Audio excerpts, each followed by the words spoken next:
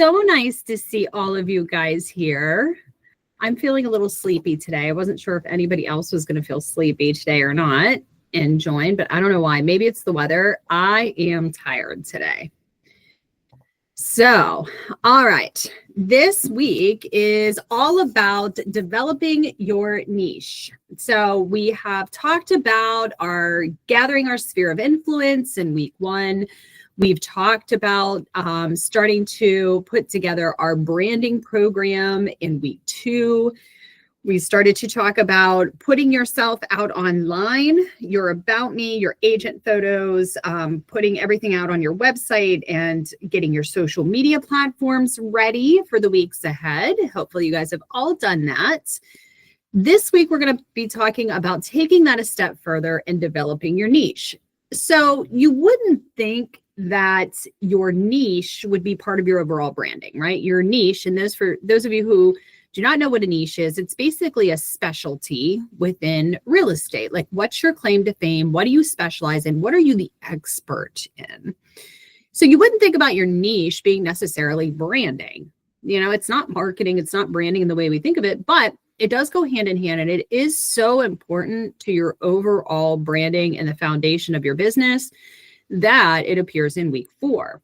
Because if you don't know what your niche is, if you don't know what your value proposition, remember you heard me say that for the last 2 weeks, if you don't know what your value proposition is to your clients, what your claim to fame is, it's really hard to market and brand yourself to a point where you're going to stand out above the crowd.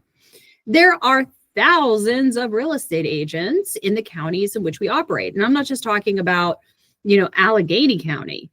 There are hundreds, I couldn't even tell you the count in Beaver County. There are hundreds in Lawrence County. There are hundreds in Mercer County. No matter what county you go to, what market you go to, it is really hard to set yourself apart if you don't lay the right foundation. So today we're going to be talking about developing your niche. What are you going to do? What are you good at? And where do you start? All right. So what is a niche? A real estate niche refers to a specific segment of the real estate market that an agent specializes in to target a particular type of clientele or property. By focusing on a niche, real estate professionals can develop deep expertise, tailor their marketing strategies, and stand out from competitors. So why is a niche important? Well, number 1 is it shows that you have expertise and knowledge in a certain field. You're able to target your market. You're able to reduce the competition to those types of clientele, so those types of properties. You would likely see a higher conversion rate between leads and listings or buyers and contracts. You will have increased efficiency in everything that you do. So we talk about efficiency a lot in trainings that are more advanced about, saving time. Time is money. If you had to put your time into an hourly rate, what does that look like? So increased efficiency becomes really important as you start to get very busy. You do have a higher earning potential, and you do have more chance of becoming of growing professionally and having better client satisfaction, as well as better professional satisfaction. So more satisfaction with yourself. So when we do this training, I always go back to kind of my niche in the market. And I didn't set out as a brand new agent to become an investment real estate agent. I actually wanted to be a commercial agent. And I did that for a little bit of time early in my career. I wanted to do commercial properties. However, as you know, the market crashed when I got my license. So commercial became a thing of the past, and it was a dead market. So I had to pivot and adjust and find a niche that was similar, but different in a way. So since the prices plummeted in the real estate market, it became a huge buyer's market. Like, buyers were buying homes for pennies on the dollar. Sellers couldn't wait to give up their homes. There was a ton of foreclosure. Everything was topsy-turvy on its head. I decided to become an investment real estate agent. And how I did that was a lot of studying, a lot of networking with asset managers and hedge fund managers, because there really wasn't an investment agent per se in this market. It was really common out west. So I befriended Mandy Jensen. She is amazing. She's from Reno, Nevada. she was brought in by a hedge fund into this area, and she took me under her wing, and I worked as part of her team for a time, and I sucked up all the knowledge that I could about what she was doing. And I found out that, not only did I like it, but I was really good at it. So I was able to base my career on being the go-to investment agent that worked with all kinds of different situations and specializes in hedge fund investments. So when it came to expertise and knowledge, I had a lot of it in a market that had none. When it came to targeted marketing, it worked so well, I no longer had to market myself because word of mouth would spread, and I would hear from people in different states and even different countries because this small group of high net wealth individuals all talked among themselves. There was no competition. So reduced competition, there wasn't any because I was the only one doing it. I had great client relationships, and I probably only carried about 3 clients for a period of 2 years. So as we were building these portfolios, a client would come in with X amount of millions of dollars. We would spend that based on what their recommendations were over a period of, say, 2 years. So I only ended up, with 3 clients a year, but able to close hundreds of transactions within that year with only 3 clients. Higher conversion rates. My conversion rates were 100% because I only had 3 clients. It was great. Increased efficiency. We got our systems down pat, and I was able to do the same thing over and over and over again at a high rate of speed and with very little error. I had a higher earning potential because I was the go-to person in my field in this area. I was able to demand double what any other agent was able to do. And it definitely helped my professional growth, my professional satisfaction, as well as my client satisfaction as well, because I was able to do one thing and one thing incredibly well. My customer satisfaction went through the roof, and I felt really confident about my profession at the end of the day. All right. So questions on that so far, because I run out of breath to talk. I talk a lot and I talk fast. So please jump in, anybody. No questions. Holy crap. Everybody's sleeping. All right. So how do we choose our niche? Because, doing investment real estate is just my own personal story of how I was able to build my career for 17 years. That's what I did for 17 years was investment real estate. But that doesn't necessarily mean that's how you're going to build your career. And nor necessarily do I think that everybody is suited for that, because it does take some rather thick skin and a lot of bug spray to sell those types of properties. It's not glamorous. So let's talk about finding your individual niche. And please don't do something just because somebody else is doing it. It has to be unique to you, even if it's not unique to the industry. So first thing I want you to do is assess your interests and your strengths. Like, what is your passion? What makes you get up in the morning and really want to live life to its fullest? And it can literally be anything. So as you're thinking to yourself, it could be anything. If you say, oh, I love horses. I just love horses. I love riding horses. I love, maybe I love quads and I love being in the woods, or maybe I like to hunt. Maybe rural properties is going to be your niche, where you're talking about homes on multiple acreage, agricultural type properties, wooded lots for development, maybe recreational cabins may be your niche. So think about what your passion is, something that you know a lot about that maybe not everybody knows a lot about. I don't know if Gina's on the call. I can't see everybody's who's here, but I often go to Gina because Gina is a hunter and she loves to hunt. If you look at Gina, she's so sweet and so girly and just so freaking cute. You would never picture her in hunting gear with a big ass rifle in her hand, but she does. But she does. And she's enthusiastic about it. She's passionate about it. It gets her up. It gets her going in the morning. It's something she looks forward to. So that would be an example of a passion that you can really help define your niche. Number 2, research the market demand. And this is where you're going to put your business, your CEO cap on, because you need to research to see if there is demand within the market for whatever you're passionate about. Some passions aren't going to lead to a niche. So one thing I like to do is I like to craft when it's cold out, because I'm a gardener. I like to do things with my hands. So to keep me busy, I craft in the winter.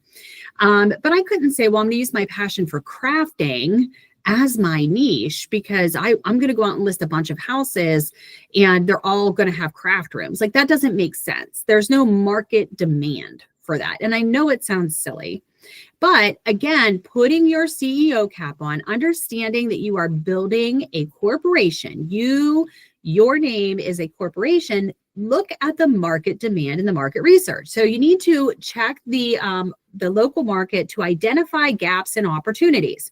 Like I told you my story before with me being an investment agent, I was able to identify that nobody else at the time was doing it. There was no investment agents. There was all these brand new baby agents running around trying to help investors, because investors can be a pain and they're very, very complicated. But these brand new baby agents were running around knowing absolutely nothing and taking investors because the more seasoned agents didn't want to deal with them. And I'm like, oh, there's a gap in the market. There's a real demand in the city of Newcastle for out of state or out of country investors to buy these houses for pennies on the dollar. And they don't have anybody knowledgeable, because you have the brand new baby agents going out there and they don't know what to do. And if I could be hyper focused on providing real value to these investors, I bet you I could have them sign long-term contracts and keep them with me. And that's exactly what I did.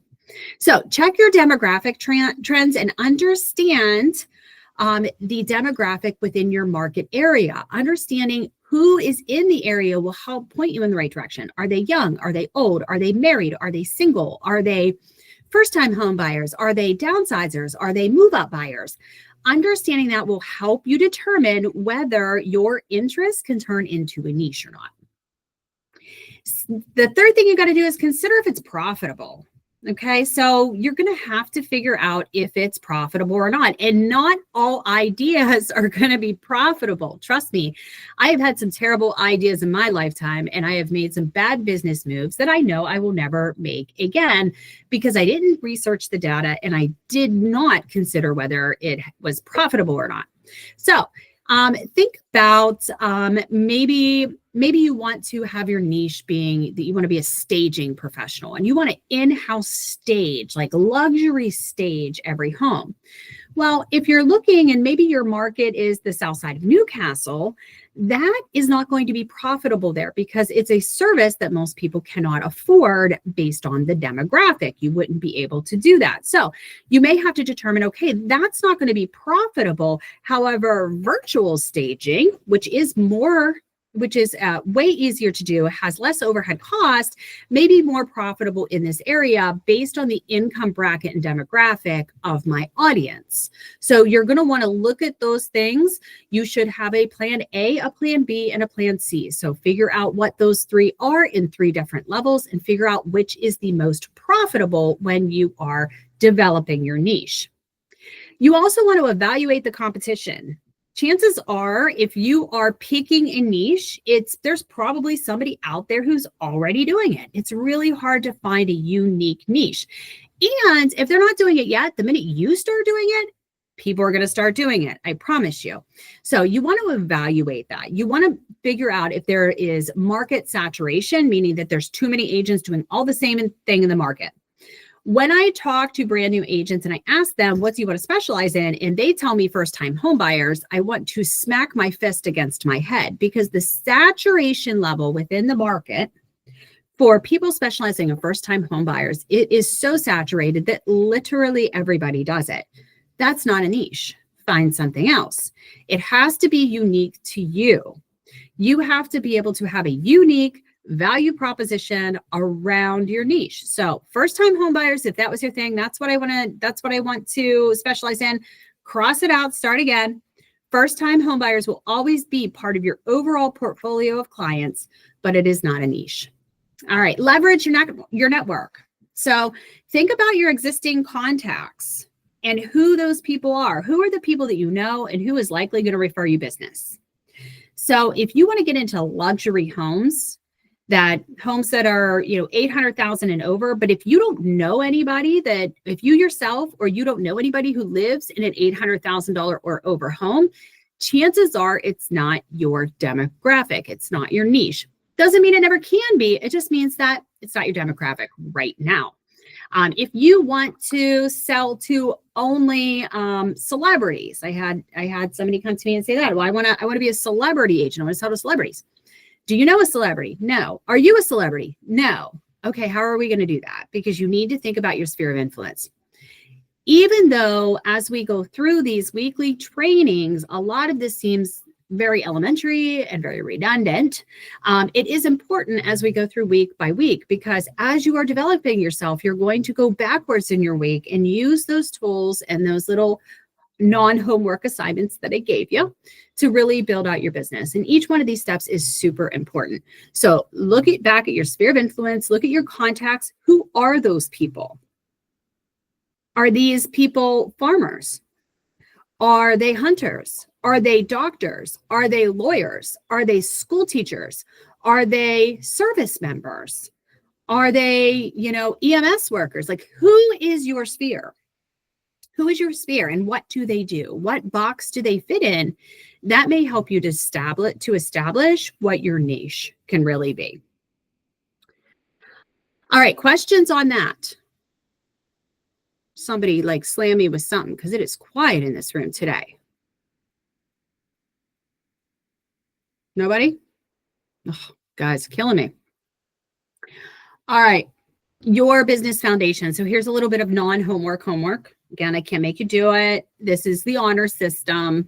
You do it if you want to provide value to your business, but I'm not going to check it. So the first step is identifying who you are as a business owner, your offers, and why you want to pursue your business. So who are you as a business owner? This is about you. Who are you at your very core? Are you witty? Are you funny? Are you standoffish? Are you short? Are you abrupt? Are you a goofball? I'll use Kim as an example. I call her spicy all the time. She's spicy. She always got the witty comeback. Love it. So who are you? And you should be describing out your personality. What is your business? So what do you want your business to be? What is the foundation of your business? And why did you become a real estate professional? Like, everybody has their why. Most people don't just say, wake up one morning and be like, I'm just going to go into real estate because it seems fun. Like, why did you do it? Did you do it because you wanted to help people? Did you do it because it was a necessity? Some of us joined real estate because it was a necessity. We lost our jobs elsewhere. We got laid off. We needed supplemental part-time income. Like, why did you become a real estate professional? And then, what are your business visions, missions, and goals? And go ahead and write those down. This is really going to help you self-reflect and identify the reasons why you do what you do so that you can provide your value proposition and find your niche to those you serve. All right, a couple more questions. What type of customer are you most excited about helping? Now, obviously, we have great customers and we have not so great customers, right? We all get them. We have customers that we wish, we're almost sad when they close on a house because we love spending time with them. And then we have others that we just wish would buy anything so we can get rid of them. But what kind of customers really excite you at the end of the day, where you get really excited to go out there and really interact with them? Who are those people? What makes you as a real estate professional unique? What do you bring to the table that most people don't? What do you bring to the table? Why should somebody hire you? What makes you different from all other real estate professionals? What makes you different? How do you connect with your target audience? And what is your end goal? All right. So writing these things down will really help you start to identify who you are, who your sphere of influence is, what you want to achieve, and will really help you build out your final value proposition directed towards your niche market. Okay. Next is just a checklist. There are so many things that you can do in real estate, so many different things. There are things that people haven't even thought about yet that you can do in real estate and really specialize in. I just put together a list of the most common. So you can really start researching this, getting some training on it if training is available. Even if you're going to YouTube or going on to a podcast and finding out more information, you can always ask me for more information about some of these different roles in real estate. But these are some examples of some niches that you can have and you can build your business on. So selling agent specialist, you know that, buyer's agent specialist, great. You can get both of those designations or either one of those through NAR. Landlord or tenant specialist, again, that's a NAR program if you ever wanted to get into that. Commercial real estate sales, there's a ton of training. I think NAR may have one, but the CE Shop has a really great one. I've done that one. And there's just a ton of different independent educators that do commercial real estate sales as well. VA home buyers, I think that's an underutilized niche that I have been pushing for in this company for a little while now. I really think it's underutilized, our VA home buyer specialists. So if anybody wants to kind of get, take the reins on that, please let me know. There's some great training programs, certification programs. I don't think we do enough for our military service members. Thank you, Anna, for your service. So would love to see more of those. Farms and agricultural sales. New construction and land development, that's another great one.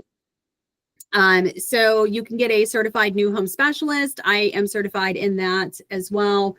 It is a very lengthy program, but well worth the time if you really want to get in-depth information on new home construction and contracting and construction of buildings as well. So if you ever wanted to be able to advise your clients on roof pitches and calculating how much per square of shingles would cost to install, venting of property HVAC, like that's a good one to take. It is very, very in-depth.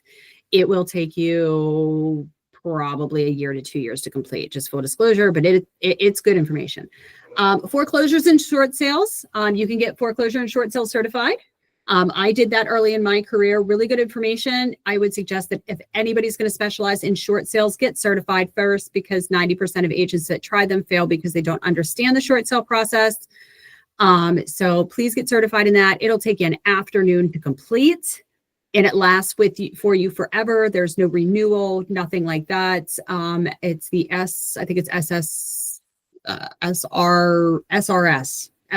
or something like, I can't remember. I'll get that for you though. It's been a while. Investment properties, One Lux. I know a couple of you are getting your One Lux certification for luxury properties through Realty One, commercial leasing, relocation, and an estate specialist. So if you have any questions, holler them out now. Please feel free to ask. If you have any other suggestions on some specialties, please feel free to holler those out as well. I got a quick question. Yeah. For a couple of these, is everything like for the training for the specialty roles, is it all found through NAR, or do we contact you to look for it through Realty One, or how would that go? So a lot of them are through NAR. So you can get specialized. When it comes to certifications, there's a couple different ways that you can get certified in something. You can get certified through NAR and PAR. So you would just go onto the NAR website under education and look for those. You can also go on the PAR website under education and look to see what they offer. And those change from time to time. But there are a lot of independent certification programs not connected through NAR, like the new home construction and land development. I think it's CNES. That are really great programs. They're not sponsored by NAR, but you can get really great certifications through them.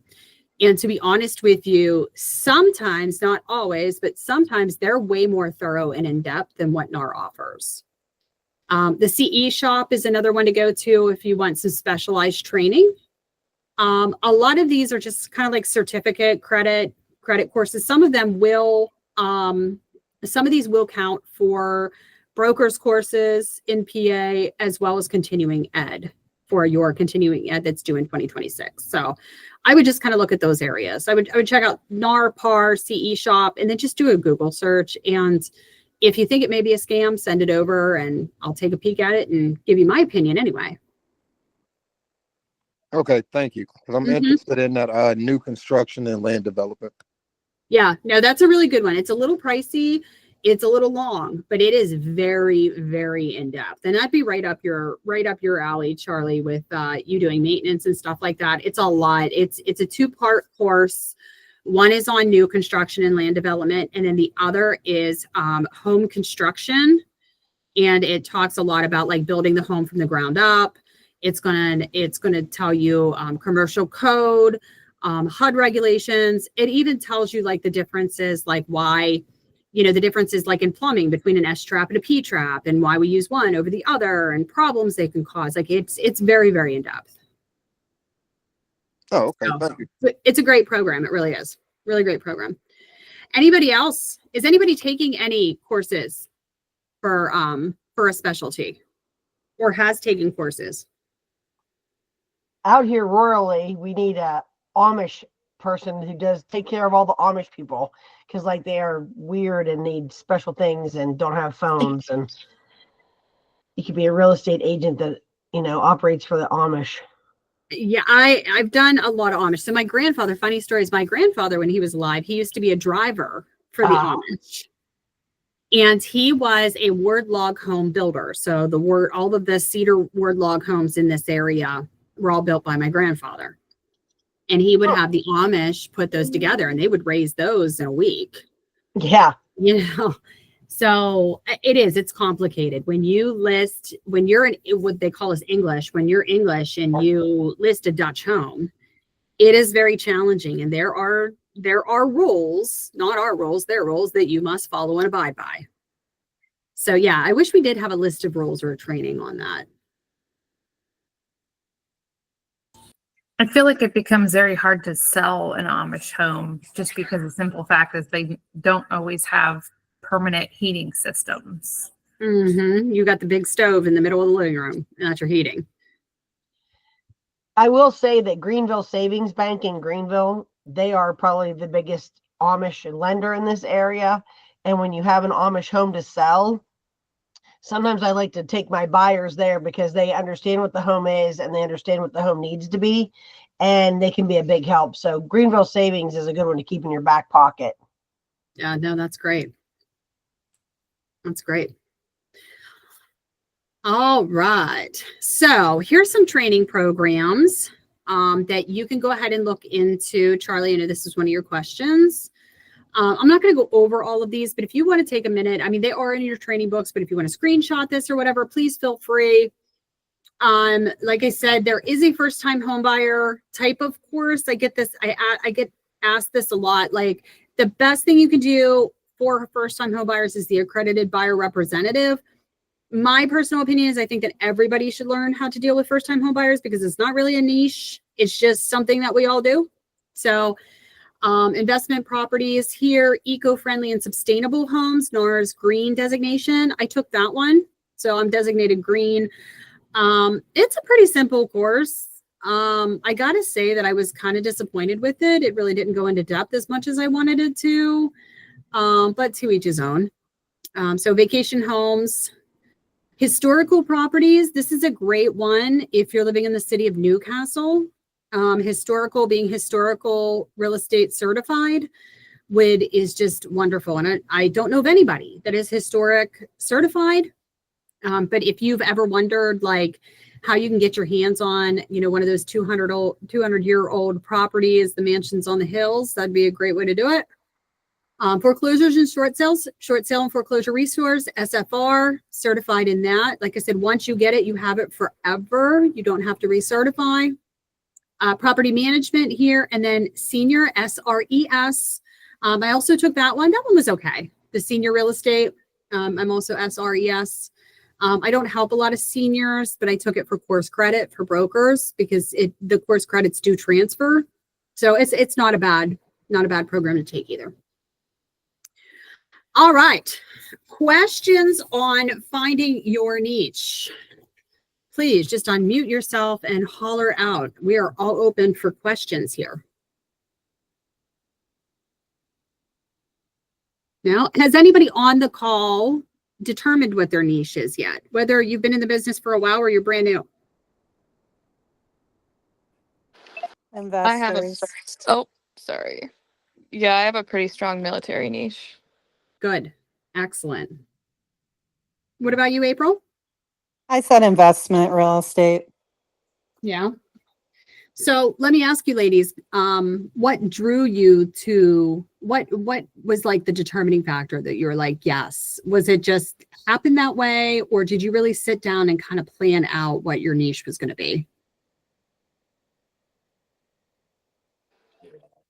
For me, it was mostly because starting in the, this area in Sharon, when I was starting out, I ended up with a lot of investor clients. And then in turn, me and John have, purchased investment properties. So it kind of got me more passionate into that niche that I was kind of thrown into. But now, between investors that hold and flips, that's just kind of my personal passion too. So I'm more passionate with those clients, it seems like.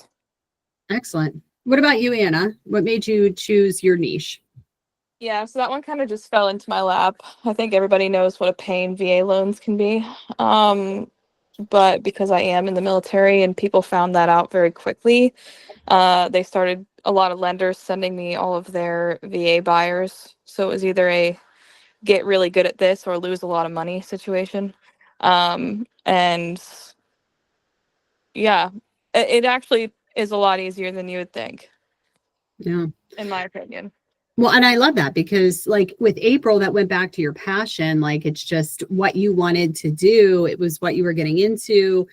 And you found out that you're really good at it because you're living it, you're doing it. And then Anna, that's really your sphere of influence. You're in the military, you have that common knowledge, and you really connect with other service members because Right. unless you're in the service, you can never understand what it's like to be in the service. Right. And veterans, like they even talk to you differently. Like if you don't know the lingo, you're gonna get doxxed real quick. Like they're not gonna mess with you. So I mean, obviously not everybody, but it definitely helps. And Yeah. and they get easier as you do them. It's not like it's rocket science. Yeah, no, I love that. So, I mean, it is true. Just really establishing who you are as a person, what your passions are, who your sphere of influence is, who your demographic is, and if it's going to be profitable. It's as easy as that when you're talking about developing your niche. And sometimes you can try to force a niche on yourself that is so not you. I promise you, you will end up with a niche that you should have anyway. In the case of both April and Anna. Kim, what's your niche? You've been doing this for a little while. What can you share? What wisdom can you share? I really am a jack of all trades, really. First time home buyers, VA. I've had investors. I've had, seniors downsizing. As I'm listening to you, I really don't know where I fit in. My passion is to help people. When I answer all my calls, it's Kimberly Hazen from Realty One Group. How can I help you? It's being able to educate them on lenders and properties and the best way to go, things like that. So if I'm going to be honest, I really don't know what it is. So I'd be interested to figure it out. Well, and maybe your niche, your value proposition is that you do educate them on their options. Because you have a wide variety of places and people. And maybe that is your niche, is that you lead with the heart of a teacher instead of the heart of a salesman. Well, I mean, that's what my husband, he listens to me on the phone. He's like, he says I puke all this information all over them. But when you're done, they're like, I've talked to several agents. No one's told me all this. I didn't know about this. You've told me a lot of things. So I guess, yeah, that would make sense for me. Great. Let's see who else we have on the call that I can pick on that I can't see on my screen. Jake can't answer because he's at his job today. How about Jim? I'm going to pick on Jim because I haven't talked to Jim in a hot minute. You there, Jim? Uh-oh. We caught Jim sleeping. All right. How about Rebecca? I know Rebecca's there. I'm sorry, the mute button wasn't working on my phone. No, you're fine. You're fine. So I'm sorry. What was your question again? The question is your niche. You've been doing this for a little while Oh, now. yeah. What would you say your niche? What is your niche, or where do you think your niche is leading you to when it comes to your clients? Right. So I was going to chime in. I think some of my takeaways from your talking points today was networking, to continue networking, right, to pursue, business in your niche, and then, like pursuing that niche. So if you want to enter into luxury market, you may not have any contacts now, but you may, as you grow your networking, your network, and then you're starting to meet people, attend different events and things like that. Like for me, it kind of like ties into social media, and I'm like, oh, I love Pittsburgh living, and then that's when I transitioned my Instagram account from personal to a professional one, Pittsburgh living.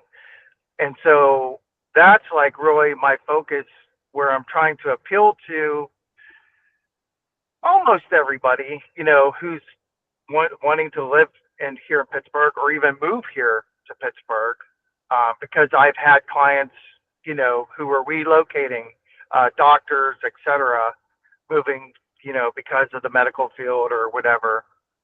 So that has been my focus. As of late, though, I've been trying to focus in on building my network with the luxury market. So That's great. that's what I've been focusing on now. Great. Yeah, relocation is a great niche to get into, especially, where you're located in Pittsburgh, because there is a lot of different types of workers and industry coming into the area. So it's a great niche. It's great.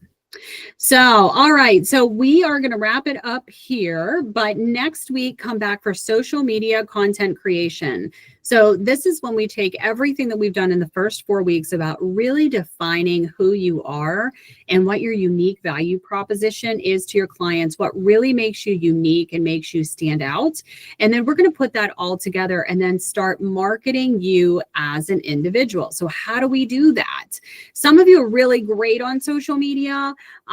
Jim's great on Instagram. Some of us are constantly on social media and some of us are not. So, and that's okay. No matter where you are with your branding on social media, it'll be great for you to attend and share your thoughts and your ideas with each other, because there's more to social media than just Facebook or Instagram. There's many different ways to put yourself out there, and some new up and coming sites that are going to be great to get in on the ground floor. One of those is Blue Sky, which we just signed up for an account there. And there's some others that are up and coming that we'll discuss and kind of spitball there too. So I will see you guys next week, same time, same place, where we'll start diving a little bit deeper. But if you haven't done your non-homework, please go ahead and get that done before next week, or you won't be able to move on into the next step. All right, so I'm going to quit talking, but I'm going to stay on the line. So if anybody has any questions and wants to chit chat after we close out here, please just holler out. I'm all ears. Thank you, guys. Thank you. Thanks. Thank you.